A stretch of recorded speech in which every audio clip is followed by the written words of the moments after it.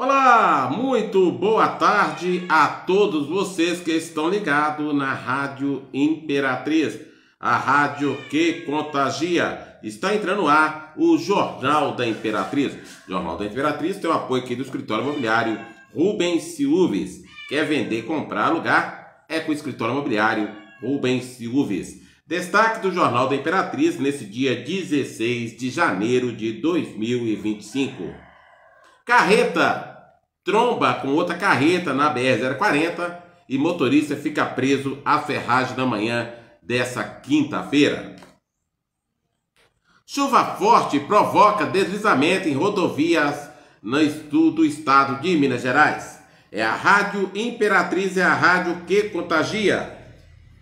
Ladrões de roupas que saem do Distrito Federal são presos no Triângulo Mineiro. Eu sou Rubens Silves, apresento o Jornal da Imperatriz de segunda a sábado, sempre trazendo todas as notícias para você. Com temperatura de 25 graus, está entrando no ar o Jornal da Imperatriz, a sua rádio que contagia. É o Jornal da Rádio Imperatriz, acompanhando e trazendo todas as notícias que acontecem no país e também no mundo. É com o Jornal da Imperatriz. Um grave acidente na BR-040 motivou duas carretas aqui na manhã dessa quinta-feira. Um acidente envolvendo dois caminhões, um deles carregado com botijão de gás, causou interdição total da BR-040 nessa quinta-feira, bem próximo a Andiróbano, em Esmeralda, bem próximo ao Tesma, na altura do quilômetro 493. De acordo com o Corpo Bombeiro, a corporação foi acionada por volta das 5 horas da manhã. Ao chegar no local, militar encontraram um cenário de destruição. Um dos caminhões havia batido contra o outro, espalhando botijão de gás pela pista. Apesar do susto, não houve morte. O motorista de um dos caminhões sofreu ferimentos leves e foi encaminhado para o hospital de Sete Lagoas. A equipe de bombeiros trabalhou para evitar um possível vazamento de combustível e evitar a explosão. Por conta do acidente, as duas faixas foram interditadas. As equipes de resgate trabalharam para remover os veículos e os botijões de gás da pista. O trânsito foi liberado parcialmente após algumas horas. Está aí um grave acidente na BR-040 na divisa de Esmeralda com Sete Lagoas. Jornal da Imperatriz, sempre trazendo as notícias para você. Homem é morto pela polícia, dessa vez em Betim. Vamos trazer essa notícia para você que está ligado pela Rádio Imperatriz. Um homem morreu em confronto com a polícia militar na noite dessa quarta-feira no bairro Jardim da Alterosa, em Betim. O suspeito procurado após um roubo de um carro se envolveu em um acidente. De acordo com a polícia militar, o homem dirigia um veículo de risco de roubo quando bateu contra outro automóvel. Após o acidente, ele fugiu a pé, invadindo uma residência e ameaçando o morador com revólver. Em seguida, ele pulou o muro, invadiu um motel, onde também fez ameaça. A polícia militar foi acionada e iniciou as buscas pelo suspeito, que foi localizado no telhado do motel. Ao avistar os policiais, ele apontou a arma, dando início a um confronto. O homem foi atingido por disparo e socorrido até a UPA Teresópolis, onde não resistiu ferimento e acabou falecendo. Além do revólver utilizado nas ameaças, a polícia prendeu um veículo roubado, uma réplica de arma de fogo, e o caso será investigado pela Polícia Civil de Minas Gerais. Jornal da Imperatriz acompanhando e trazendo todas as notícias para você. Vamos falar de Pompéu. A polícia prendeu o homem que tentou matar um pai idoso em Pompéu, na região central do estado. A Polícia Civil de Minas Gerais prendeu um jovem de 21 anos em Pompéu. Ele é suspeito de tentar matar o próprio pai de 84 anos. A Justiça pediu mandado de prisão preventiva após a conclusão das investigações, que apuraram não apenas tentativa de homicídio, mas também lesão corporal grave e ameaça a dano contra o idoso. O crime aconteceu na madrugada do dia 9 de julho de 2024, quando o suspeito utilizou uma espingarda de pressão para agredir o pai, que ficou desacordado. O investigado verificou a arma, mas a Polícia Civil de Minas Gerais apreendeu no local posteriormente. Conforme investigações da delegacia de Pompéu, o suspeito não parou para praticar violência contra o pai, mesmo ciente das investigações. Além disso, continuou a fazer ameaças às vítimas. Por isso, a Polícia Civil solicitou a prisão preventiva do jovem. Na segunda-feira, dia 13, a Polícia Civil de Minas Gerais cumpriu mandado de prisão. O jovem entrou no sistema prisional e está à disposição da Justiça. Por fim, a polícia concluirá o inquérito em breve. Tá aí. O homem foi preso aí em Pompéu.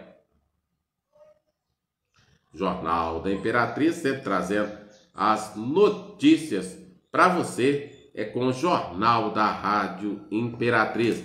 A sua rádio que contagia. É o Jornal da Rádio Imperatriz. Sempre acompanhando e trazendo todas as notícias que acontecem no país e também no mundo. É com o Jornal da Rádio Imperatriz. Vamos falar da barragem de Três Marias. A barragem de Três Marias está com 59% da sua totalização. A usina hidrelétrica de Três Marias, localizada na região central do estado, registrou nesta quarta-feira um nível de 66,57% da sua capacidade na represa que abastece a unidade. Esse aumento é um reflexo das chuvas frequentes que tem atingido o estado, beneficiando não apenas o sistema de geração de energia, mas também o turismo e a economia do local. Um destaque da recuperação é a Praia Mar de Minas, conhecida por sua beleza natural, um dos principais pontos de lazer de Três Marias. Com o aumento do nível da represa, a praia artificialmente está cheia, novamente atraindo moradores visitantes em busca de diversão e contato com a natureza. O enchimento da represa favorece a atividade econômica do local, como o turismo e a pesca e comércio da região. Com a Praia Mar de Minas cheia novamente, o destino promete um dos pontos altos do verão em Minas Gerais. Então tá aí a chuva, né? Trazendo aí de novo a praia lá em Três Marias. Jornal da Imperatriz, sempre trazendo as notícias para você. É com o Jornal da Rádio Imperatriz, sua rádio que contagia. Um médico da unidade de saúde de Matozinhos foi ameaçado. Um médico da saúde de Matozinhos acionou a polícia nesta quarta-feira após ser ameaçado por um homem que entrou na unidade sem autorização. O indivíduo teria proferido palavras de baixo calão, exigido um atestado médico afirmando que o caso não conseguisse o documento, o médico teria problema pela frente. Após o ocorrido, o homem deixou o local antes da chegada da polícia. Foram realizadas buscas na proximidade, em Matozinhos, no Hospital Municipal de Matozinhos, mas não foi localizado esse homem. O caso foi registrado e encaminhado para a Polícia Civil de Minas Gerais. Então tá aí, um homem ameaçou um médico que não quis dar ele um atestado aí em Matozinhos. Então tá aí. É muita complicação, né? É muita complicação, principalmente em Matozinhos. E uma quadrilha que saiu de Brasília estava roubando lojas nos shoppings de luxo em Uberlândia, no Triângulo Mineiro. No vídeo você em casa já observa os modus operandi desta quadrilha especializada em furtos de peças de roupas em lojas da cidade de Uberlândia. Um esquema que essa turma do crime conseguiu subtrair mais de 360 peças de roupas, totalizando um prejuízo aos comerciantes de aproximadamente R$70 mil. Mas a fita deste pessoal acabou sendo derrubada e com isso a casinha deles caiu. O ponto final para esta quadrilha foi nesse shopping situado aqui na zona sul da cidade de Uberlândia, Avenida Lidomira Borges do Nascimento, bairro Morada da Colina. E foi aqui, na entrada desse estacionamento, que os candangos saíram tranquilamente, achando que daria tudo certo. Só que os policiais já estavam aqui no aguardo deles. E assim que eles entraram no veículo, foi o momento que foi realizada a prisão.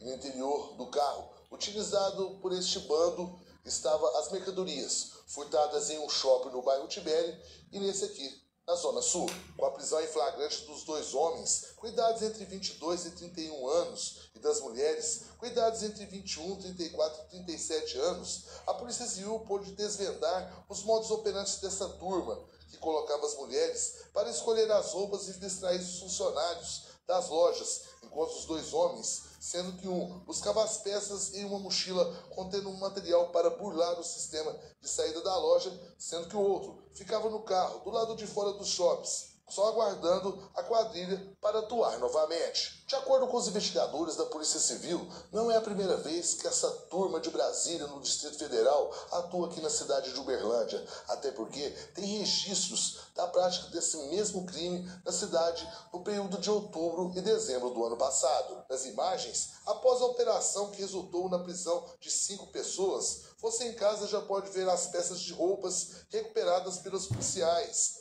E quem tem mais detalhes desta operação é a doutora Alessandra, responsável pela 3ª Delegacia. Hoje, no período da tarde, a 3ª Delegacia tomou conhecimento que essa quadrilha, que já teria realizado furtos aqui nos shoppings de Uberlândia nos meses de outubro e dezembro, estariam de volta. Imediatamente, uma equipe da delegacia se deslocou até um desses shoppings e constatou que realmente eles teriam praticado furto em 3 lojas já desse shopping só na data de hoje. E já tendo conhecimento que o modus operandi dessa quadrilha era em um shopping, depois imediatamente partir para o outro, os policiais se deslocaram para o shopping da região sul de Uberlândia, onde eles conseguiram prender os 5 autores em flagrante. Se trata de uma quadrilha especializada em furto de mercadoria, tanto que eles são muito organizados, eles têm o trabalho bem distribuído entre eles, as mulheres têm o papel de separar as roupas, depois os homens vêm, buscam, e as mulheres mesmo têm o papel de estar chamando a atenção dos funcionários das lojas para que essas mercadorias saiam do seu interior. A situação deles a partir de agora? Eu acabei de finalizar o despacho ratificador, eles estão sendo enquadrados pelos delitos de furto com a majorante para o concurso de pessoas e a formação de quadrilha ou bando. Eu já pedi a autorização judicial para acesso aos aparelhos celulares que foram apreendidos e a conversão da prisão em flagrante em temporário. E o contabilista explica sobre o que a Receita Federal está em cima do PIS. Monitorar transações via Pix e também de cartões de crédito, a partir de uma recente instrução normativa publicada pela Receita Federal. André Farrá, ele que é presidente da ADESC, Agência de Desenvolvimento Econômico e Social do Caparaó, e fala sobre essas mudanças. André, é motivo para que o contribuinte, o usuário do Pix e cartão de crédito, ele fique atento? Essa instrução normativa 2219, ela já tinha sido publicada em 17 de setembro de 2024 e agora ela chegou para ser aplicada, porque ela passa a valer a partir de 1º de janeiro de 2025.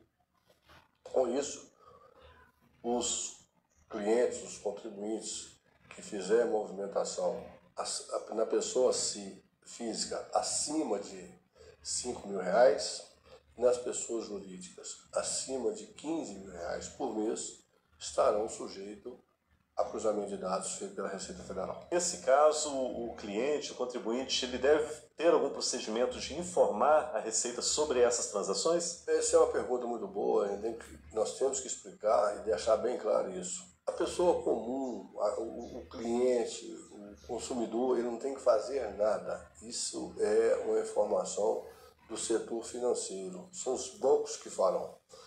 Na verdade, o cartão de crédito já era informado. A instrução ela veio para inserir também o Pix e em outras instituições. Antes eram bancos privados, bancos públicos e as cooperativas de crédito. Agora entra também as máquinas de pagamento, as maquininhas de pagamento e os aplicativos também estão sujeitos a essa informação. E essa informação ela será feita a cada 6 meses. Então as operações que começar a movimentar a partir de janeiro de 2025, o setor financeiro e os aplicativos e algumas redes grandes de departamentos, elas farão essas informações em agosto, através do E-Financeiro e também do SPED, que é um instrumento de controle fiscal e contábil, que tanto os contadores e as empresas deverão informar a Receita Federal. Quais devem ser os principais motivos pelo qual a Receita passa a monitorar o Pix e o cartão de crédito? Veja bem, a Receita alega que vai estar fazendo isso. Primeiro, que isso não é novidade nenhuma, isso é para dar transparência, é um compromisso do país com a transparência global, né, com a evasão fiscal. Esse é um dos motivos. Mas nós comuns, acreditamos também que é uma forma mais fácil da Receita Federal monitorar a gente. Farrah, quais situações podem ser consideradas problema nesse novo momento de fiscalização, de monitoramento da Receita? A gente vê os aplicadores de bolsa, nós vemos também a questão da área da saúde dos médicos dentistas, que agora, inclusive, já tem um aplicativo próprio para fazer o recibo do médico dentista. Ele tem que fazer através de um aplicativo da Receita Federal. Um fato muito curioso, nós tivemos aqui na nossa região, foi os produtores de café do ano passado. Nós tivemos um volume de multa muito alto em virtude das empresas, os compradores de café, estar informando através da DIF a compra. Então, chegou muita carta de autorregularização para os produtores e eu entendo que esse ano de 2025 não será diferente. Inclusive, eu acho que vai ser mais forte esse cruzamento em cima dos produtores rurais da nossa região. Então tá aí, é a nova taxa da Receita Federal. Jornal da Imperatriz, sempre trazendo as notícias para você. É com o Jornal da Rádio Imperatriz. Sua rádio que contagia.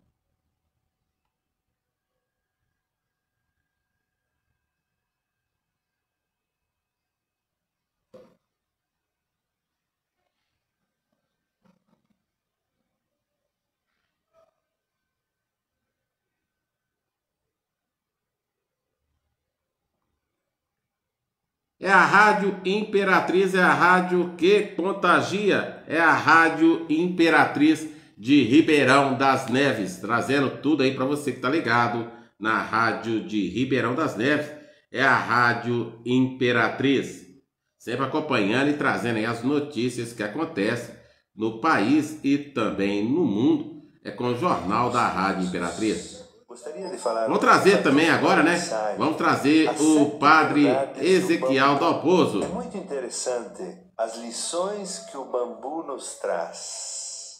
Depois de uma grande tempestade, o menino que estava passando férias na casa do seu avô o chamou para a varanda e falou: "Vovô, corre aqui. Me explica como essa figueira, árvore frondosa imensa, que precisava de 4 homens para balançar seu tronco, se quebrou. Caiu com o vento e com a chuva. E este bambu é tão fraco e continua de pé."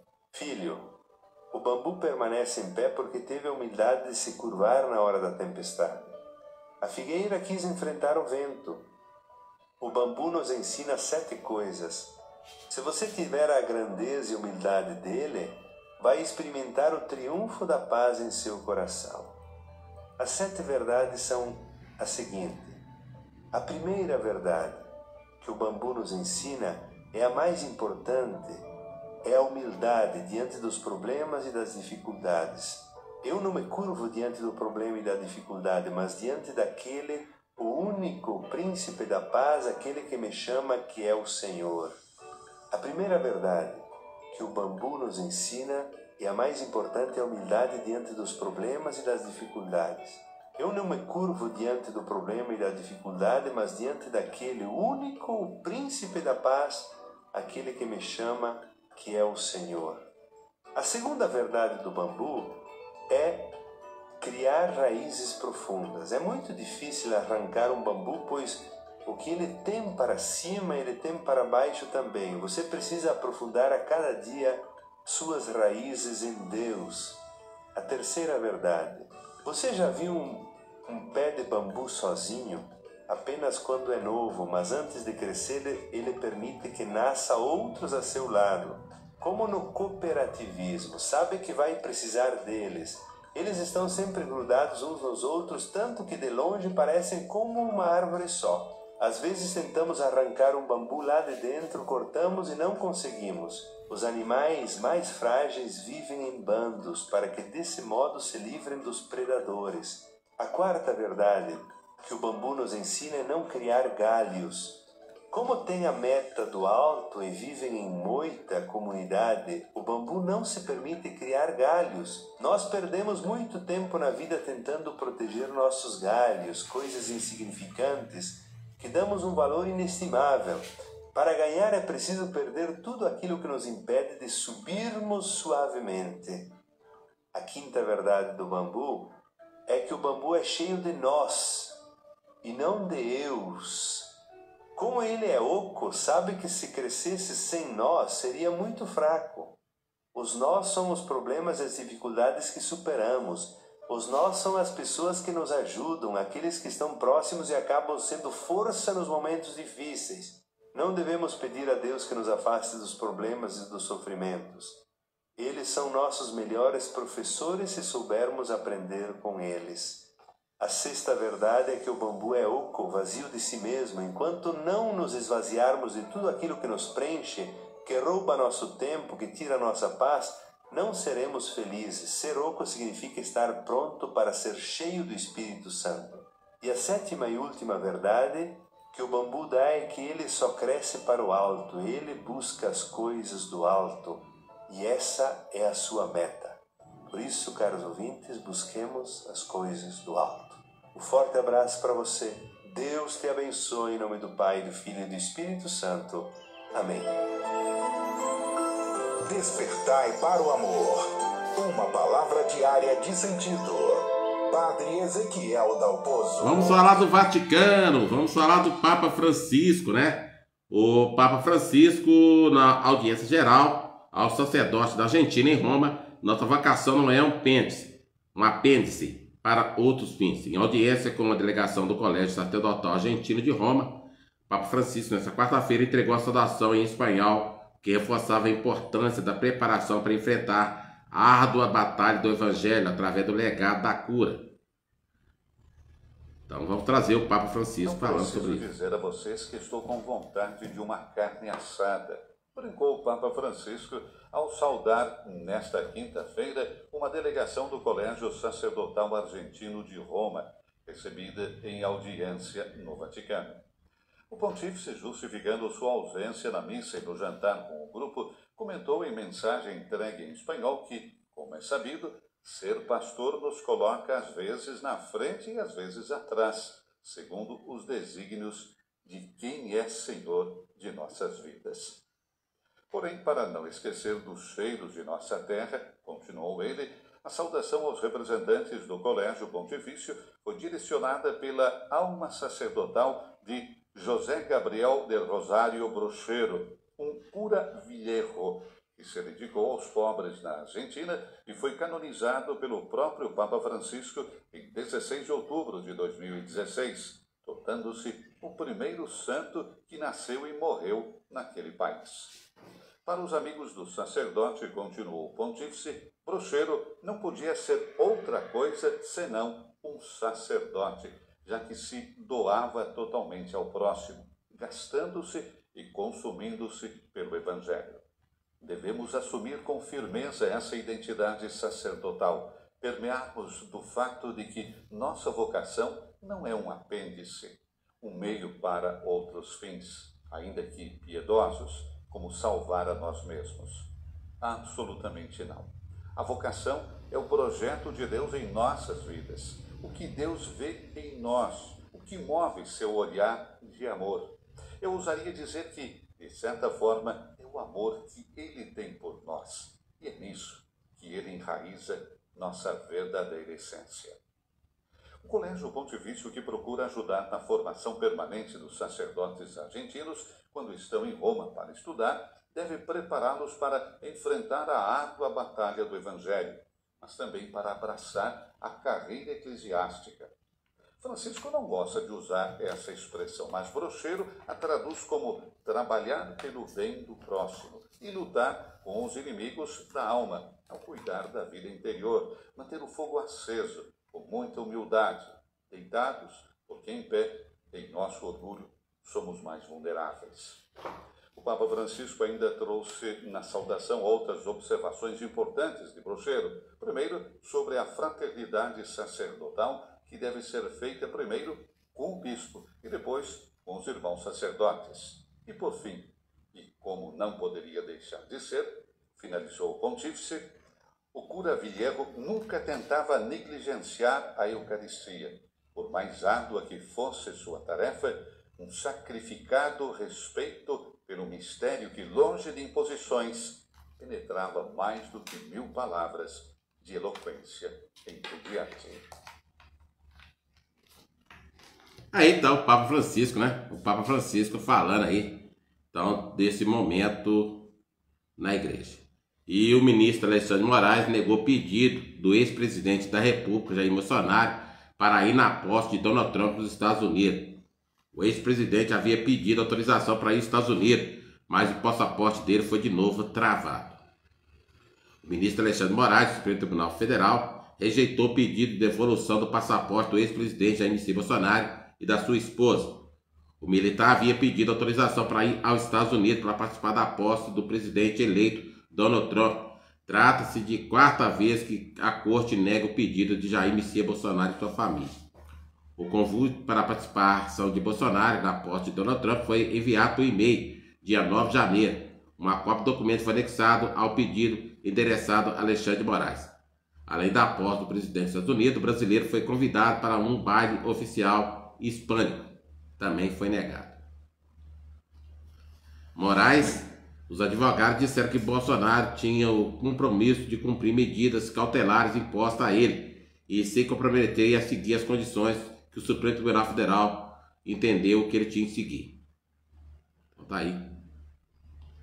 Para a Procuradoria-Geral da República, foi contra a devolução do passaporte do ex-presidente. Bolsonaro não apresentou justificativa relevante que levasse ao Supremo Tribunal devolver o passaporte dele e de sua esposa. Então tá aí. Ex-presidente do Brasil, Jair Messias Bolsonaro, não vai poder participar da posse do presidente dos Estados Unidos, Donald Trump. Jornal da Imperatriz termina esse momento.